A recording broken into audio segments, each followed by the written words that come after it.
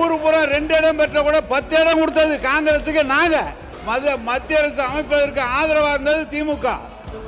2 முறை ஆதரவாக இருந்தது திமுக. 11 அமைச்சர் வாங்கிட்டு தான் நீங்க இதை பண்ணீங்க.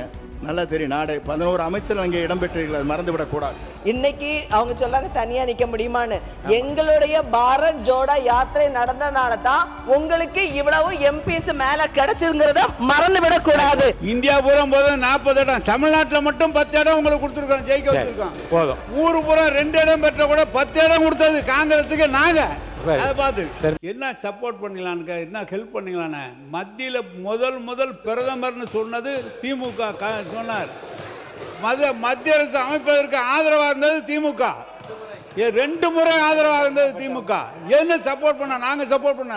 இவங்க மட்டும் 26 பேர் சார் சொல்றேன், நான் சொல்லிடுறேன். 26 பேர் இல்ல, பாமகவை சேர்ந்த 21 பேர், 22 பேர் அன்னைக்கு இருந்தாங்க.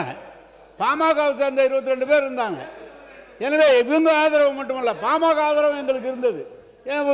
எங்களுடைய ஆதரவில் மத்திய அரசு அமைச்சிட்டு இவங்க எங்களுக்கு ஹெல்ப் பண்ணாங்களான்னு கேட்கிறார். ரொம்ப நீங்க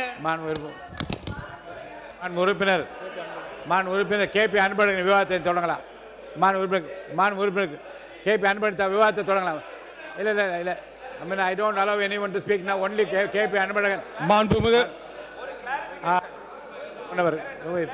பேரவைத் தலைவர் அவர்களே, அவை முன்னவர் பேசிடுங்க. போதும். இதோட கடைசியை இறுதியாக முடிச்சுக்கலாம். பேசுங்க.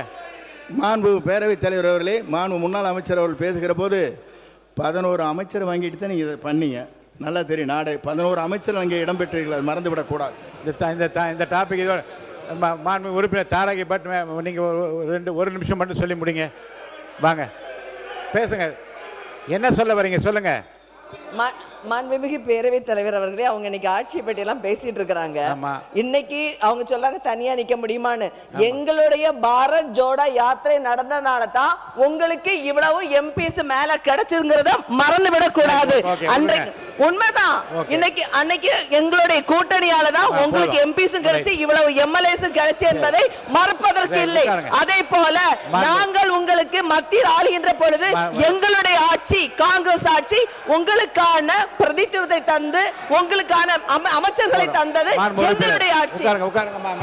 22 வருடங்கள் நாங்கள் கூட பயணித்தோம். இல்லை என்று சொல்லவில்லை. 22 வருடங்கள் உங்களுக்காக நாங்கள் பயணித்தோம்.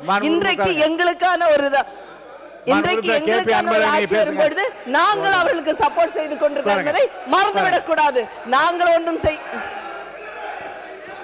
உறுப்பினர் கேபி அன்பழகன் மட்டும் பேசுங்க. உட்காருங்க. உறுப்பினர் கேபி அன்பழகன் நீங்க பேச தொடங்கலாம். உட்காருங்க. இல்லை மற்றவங்களாம் உட்காருங்க. பாருங்க,